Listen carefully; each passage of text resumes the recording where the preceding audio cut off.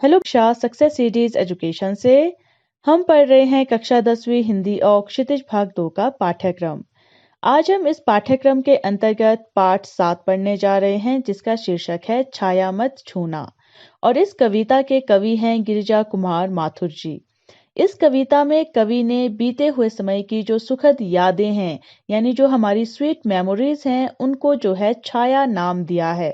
और इसके पीछे वजह यह है कि जो बीते हुए समय की यादें हैं वो जो है हमें बहुत ज़्यादा इमोशनल कर देती है जब हमें वो याद आती हैं, लेकिन हम जो है उनको अपने वर्तमान में या अपने जो प्रेजेंट लाइफ है उसमें वापस नहीं ला सकते हैं क्योंकि वो यादें जो है बीत चुकी है। और उनको याद करके हमें ज़रूर कभी-कभी अच्छा लगता है, लेकिन हमें ये याद रखना चाहिए कि वो जो यादें हैं वो बीत चुकी है। हम उनको याद करके जो है अपने वर्तमान को खराब नहीं कर सकते हैं, या वर्तमान में जो हमें दुख झेलने पड़ रहे हैं हम उनको दुगुना कर देते हैं जब हम उन बीती हुई यादों को याद करते हैं। इसलिए कवि यहाँ पर ये कहते हैं कि चाहे परिस्थितियां जैसी भी हो, यानी हमारा वर्तमान चाहे कठिनाइयों से भरा हुआ हो, परेशानियां हो, हम जो है अपने वर्तमान में जो है निराशा से भरे हुए हो, फिर भी जो है हमें उसका सामना करना चाहिए, तभी हम खुश रह पाएंगे। अगर हम जो है बीती हुई जो हमारी स्वीट मेमोरीज हैं उनको याद करते रहेंगे तो हमारा दुख जो है वो दुगुना ही होता जाएगा। जो ये कविता है छाया मत छूना, इसके माध्यम से भी कवि हमें यही समझाना चाहते हैं कि हमारे जीवन में सुख और दुख दोनों रहते हैं। ऐसा नहीं है कि केवल सुख ही हमारे जीवन में रहेगा, बल्कि सुख के बाद दुख भी आएगा और दुख के बाद सुख जरूर आता है। ये जो है प्रकृति का एक नियम है कि दुख है। ये जो है प्रकृति का एक नियम है कि दुख के बाद सुख और सुख के बाद दुख आना ही है। इसलिए हमें जो है अपने जो पास्ट लाइफ है उसमें जो हमारी स्वीट मेमोरीज है उसको याद नहीं करते रहना चाहिए। इसीलिए कवि ने इस कविता का शीर्षक भी रखा है छाया मत छूना, यानी जो हमारी स्वीट मेमोरीज है हमें उसे नहीं छूना चाहिए, उसे याद नहीं करना चाहिए। हमें उन यादों को क्यों याद नहीं करना चाहिए, इसकी क्या वजहें हैं, क्या कारण है, ये हम इस कविता के माध्यम से आगे जानेंगे। तो ज्यादा समय ना व्यर्थ करवाते हुए हम अपनी कविता पर आते हैं और पहला जो काव्यांश है इस कविता का वो पढ़ते हैं। छाया मत छूना मन होगा दुख दूना, जीवन में है सुरंग सुधियां सुहावनी, छवियों की चित्रगंध फैली मन भाविनी, तन सुगंध शेष रही बीत गई यामिनी, कुंतल के फूलों की याद बनी बनता हर जीवित क्षण, छाया मत छूना मन होगा दुख दूना। अब इस काव्यांश के पहले हम कुछ शब्दार्थ जान लेते हैं ताकि हम अर्थ आसानी से जान पाएं, और उसके बाद हम व्याख्या करेंगे जिसमें हम जानेंगे कि कवि के यहाँ पर इन पंक्तियों को कहने का क्या अर्थ है, यानी कवि हमें यहाँ पर क्या समझाना चाहते हैं, क्या सीख देना चाहते हैं।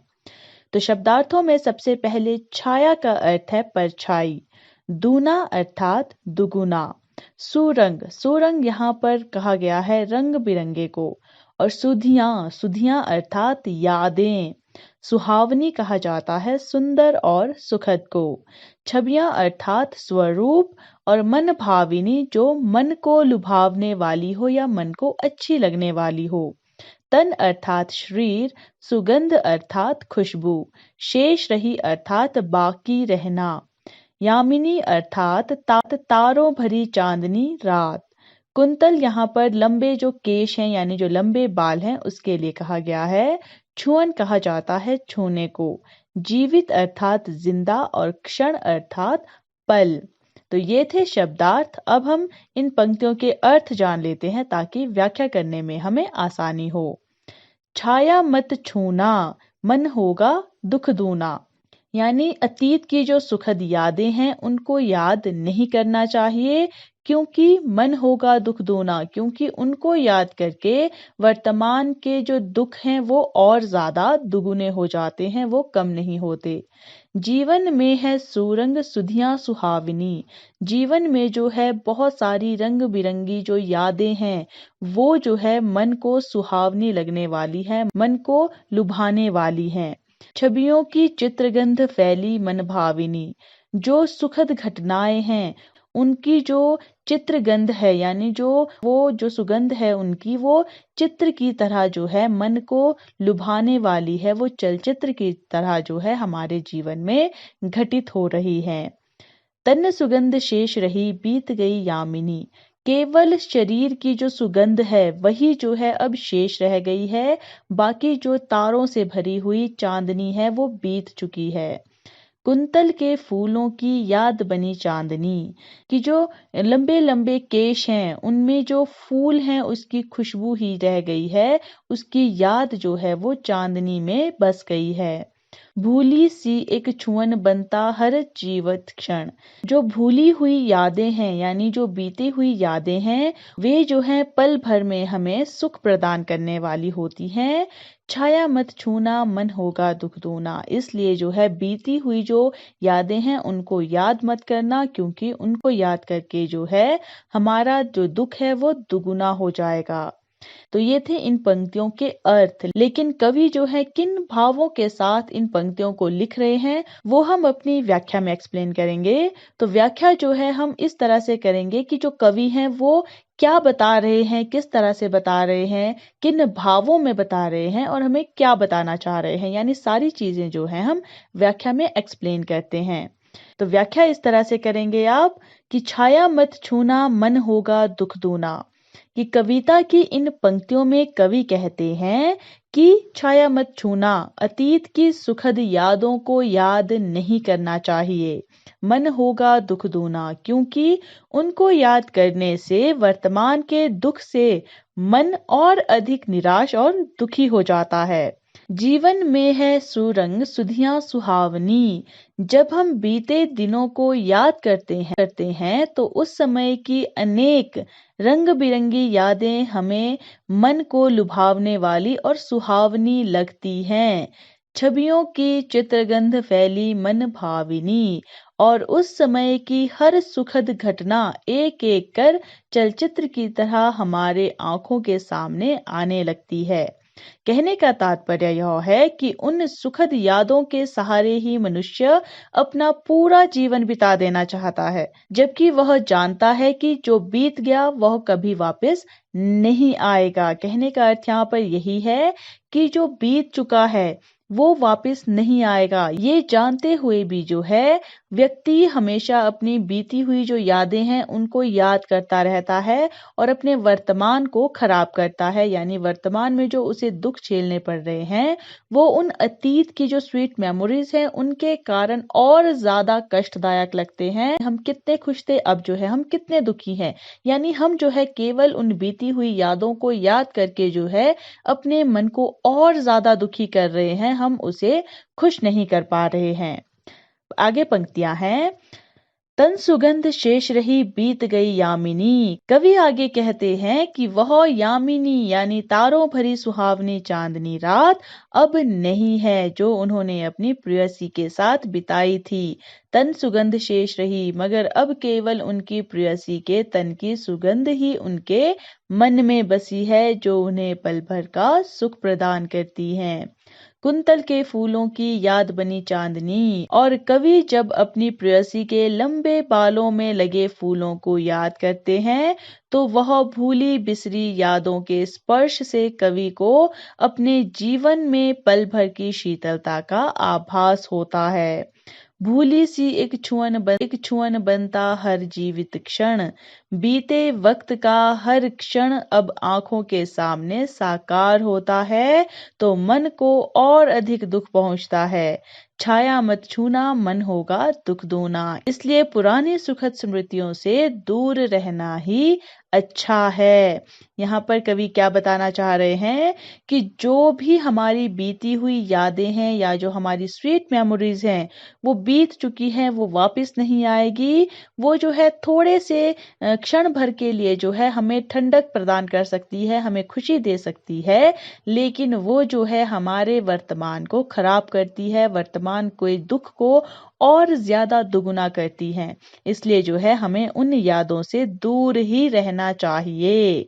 तो अब इन पंक्तियों के भावार्थ जान लेते हैं। इस काव्यांश में कवि ने बताया है कि हमें अपने भूतकाल को पकड़ कर नहीं रखना, क्यों ना हो। जीवन में ऐसी कितनी सुहानी यादें रह जाती हैं। आंखों के सामने भूतकाल के कितने ही मोहक चित्र तैरने लगते हैं। प्रेयसी के साथ रात बिताने के बाद केवल उसके तन की खुशबू ही शेष रह जाती है। जीवन का हर क्षण किसी भूली सी छुअन की तरह रह जाता है, कुछ भी स्थायी नहीं रहता है। इसलिए हमें अपने भूतकाल को कभी भी पकड़कर नहीं रखना चाहिए। कहने का तात्पर्य यहाँ क्या है कि जो कवि हैं वो हमें यहाँ समझाना चाहते हैं कि हमें जो है अपने भूतकाल को हमेशा याद करते नहीं रहना चाहिए। उसकी जो सुखद यादें हैं, स्वीट मेमोरीज हैं, वो बीत चुकी है, वो वापस नहीं आएंगी। अगला काव्यांश देखिए। यश है या ना वैभव है, मान है ना सरमाया, जितना ही दौड़ा तू उतना ही भरमाया। प्रभुता की शरण बिंब केवल मृग तृष्णा है, तू उतना ही भरमाया। प्रभुता की शरण बिंब केवल मृग तृष्णा है, हर चंद्रिका में छिपी एक रात कृष्णा है। जो है यथार्थ कठिन उसका तू कर पूजन, छाया मत छूना मन होगा दुख दूना। यहाँ पर भी पहले हम शब्दार्थ जान लेते हैं, उसके बाद अर्थ और फिर व्याख्या जानेंगे। तो शब्दार्थों में सबसे पहले है यश। यश अर्थात प्रसिद्धि, वैभव अर्थात धन दौलत, मान अर्थात इज्जत या सम्मान, सरमाया अर्थात पूंजी या धन दौलत, भरमाया अर्थात भ्रम में डालना, प्रभुता अर्थात बड़प्पन, शरण अर्थात आश्रय, बिंब अर्थात अक्स। मृग तृष्णा कहा जाता है तेज धूप और गर्मी में रेगिस्तानी क्षेत्र में जलधारा या पानी दिखने का भ्रम। चंद्रिका अर्थात चांदनी, कृष्णा अर्थात काला, और यथार्थ अर्थात जैसा होना चाहिए ठीक वैसा। तो ये थे शब्दार्थ। अब हम अर्थ जान लेते हैं ताकि व्याख्या आसानी से की जा सके। यश है या ना वैभव है, मान है ना सरमाया। मनुष्य जो है अपना पूरा जीवन प्रसिद्धि, यश, धन दौलत, वैभव, मान सम्मान या फिर अपनी पूंजी कमाने में लगा देता है, जबकि ये सारे जो हैं वो धोखे के सिवाय और कुछ नहीं है। जितना ही दौड़ा तू उतना ही भरमाया, यानी जितना अधिक मनुष्य जो है इन सारी चीजों के पीछे भागता है, उतना ही जो है वो और अधिक भ्रमित होते रहता है। प्रभुता की शरण बिंब केवल मृग तृष्णा है। अपने आप को महान या बड़ा समझना ये केवल एक प्रकार की मृग तृष्णा है। हर चंद्रिका में छिपी एक रात कृष्णा है। जिस तरह हर पूर्णिमा यानी चांदनी रात के बाद अमावस्या अर्थात जो काली रात दुख आते रहते हैं, इसलिए जो है यथार्थ, जो सच्चाई है, जो जैसा है कठिन उसका तू कर पूजन, जो जैसा है उसको वैसा ही स्वीकार करके प्रसन्न होने की कोशिश करो। छाया मत छूना मन होगा दुख दूना। इसलिए अपनी बीती हुई जो सुखद यादें हैं उनको याद करना छोड़ दे, क्योंकि ये जो है केवल मन के दुख को दुगुना करती हैं। तो अब हम जो है इन पंक्तियों के व्याख्या जान लेते हैं, उनको एक्सप्लेन करते हैं। यश है या ना वैभव है, मान है ना सरमाया। कवि ने इस काव्यांश में मनुष्य की कभी ना खत्म होने वाली इच्छाओं को ही उसके कष्ट का कारण माना है। हमने देखिए यहाँ पर पूरा जो ये पैराग्राफ है, जो ये काव्यांश है, उसका सारांश बता दिया है कि यहाँ पर जो कवि हैं वो क्या कहना चाहते हैं। वो जो है मनुष्य की जो कभी ना खत्म होने वाली इच्छाएं हैं, जो मनुष्य की डिजायर्स हैं, उनको जो है मनुष्य के कष्ट का कारण माना है। क्यों माना है? क्योंकि यश है या ना वैभव है, मान है ना सरमाया। क्योंकि मनुष्य कितना भी प्राप्त कर ले वह कभी संतुष्ट नहीं हो सकता। कवि क्या कहते हैं कि मनुष्य अपना पूरा जीवन प्रसिद्धि, यश, धन, वैभव, मान सम्मान कमाने में लगा देता है, जबकि ये सब धोखे के सिवाय और कुछ नहीं है। जितना ही दौड़ा तू उतना ही भरमाया। जितना अधिक मनुष्य इन भौतिक सुखों के पीछे भागता है, ये भौतिक सुख उसे उतना ही अधिक भ्रमित करते हैं। प्रभुता का शरण बिंब केवल मृग तृष्णा है, मनुष्य जो अपने आप को महान या बड़ा समझता है, यह ठीक ऐसा ही है जैसे रेगिस्तान की रेत पर सूर्य की किरणों के पड़ने से पानी होने का आभास होता है, लेकिन हिरन उसे पानी समझकर उसके पीछे भागता रहता है, मगर पास पहुंचने पर उसे सिर्फ धोखा ही मिलता है। कहने का तात्पर्य यह है कि भौतिक सुख केवल मृग तृष्णा भर ही है। हर चंद्रिका में छिपी एक रात कृष्णा है। जिस तरह हर पूर्णिमा यानी चांदनी रात के बाद अमावस्या अर्थात काली अंधेरी रात अवश्य आती है, उसी तरह जीवन में सुख के बाद दुख और दुख के बाद सुख अवश्य आता है। यही प्रकृति का नियम है।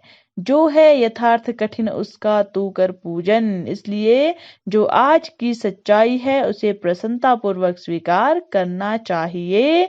छाया मत छूना मन होगा दुख दूना, क्योंकि बीती यादों को याद करने से दुख के सिवा और कुछ नहीं मिलेगा, केवल दुख दुगुना ही होगा। तो ये थी इन पंक्तियों की व्याख्या। अब इन पंक्तियों का भावार्थ जान लेते हैं। उपरोक्त पंक्तियों में कवि कहते हैं कि प्रसिद्धि, यश, धन, वैभव और दुनिया की सभी भौतिक सुख सुविधाएं ये सब छलावा मात्र है। जितना मनुष्य इनके पीछे भागेगा, ये उतनी ही अधिक छलेंगी। मनुष्य जो अपने आप को बहुत महान या बड़ा समझता है, यानी मनुष्य के अंदर बड़ापन का जो एहसास है, वह भी केवल मृग तृष्णा भर ही है। मनुष्य को हमेशा याद रखना चाहिए कि जिस तरह हर पूर्णिमा के बाद अमावस्या अवश्य आती है, उसी तरह जीवन में सुख के बाद दुख, दुख के बाद सुख अवश्य आता है। यह प्रकृति का नियम है और मनुष्य इस नियम के साथ बंधा हुआ है। तो ये था आपका सेकंड काव्यांश। दुविधा हत साहस है, दिखता है पंथ नहीं। देह सुखी हो पर मन के दुख का अंत नहीं। दुख है ना चांद खिला शरद रात आने पर। क्या हुआ जो खिला फूल रस बसंत जाने पर। जो ना मिला भूल उसे कर तू भविष्य बरन। छाया मत छूना मन होगा दुख दूना। अब इसके भी पहले हम शब्दार्थ जान लेते हैं, फिर अर्थ और फिर व्याख्या जानेंगे। दुविधा अर्थात असमंजस, यानी जो कंफ्यूजन होता है उसको दुविधा कहते हैं। हत अर्थात आहत, साहस अर्थात हिम्मत, और पंथ यहाँ कहा गया है राह को या रास्ते को। देह अर्थात शरीर, और रस बसंत कहा गया है रस से भरपूर मतवाली बसंत ऋतु को। वरण कहा जाता है स्वीकार को। तो अब जो है हम शब्दार्थ जान गए हैं, तो पहले अर्थ और फिर व्याख्या जानेंगे। तो अर्थ जान लीजिए। दुविधा हत साहस है, दिखता है पंथ नहीं। यानी मनुष्य के मन में दुविधा या असमंजस की स्थिति पैदा होती है, तब मनुष्य का किसी भी कार्य को करने का जो साहस है वो टूट जाता है। दिखता है पंथ नहीं, और उसे जो है कोई भी रास्ता नहीं दिखता है। देह सुखी हो पर मन के दुख का अंत नहीं। भले ही मनुष्य का तन स्वस्थ हो, तब भी जो है मनुष्य के मन के दुख का कोई अंत नहीं होता। दुख है ना चांद खिला शरद रात आने पर, कि हमें जो है ये दुख है कि जो चांद है वो शरद रात में नहीं आया है। क्या हुआ जो खिला फूल रस बसंत जाने पर। अगर जो है बसंत बीत जाने के बाद भी जो है कोई फूल खिलता है, तो उसमें जो है कोई भी आपत्ति नहीं होनी चाहिए।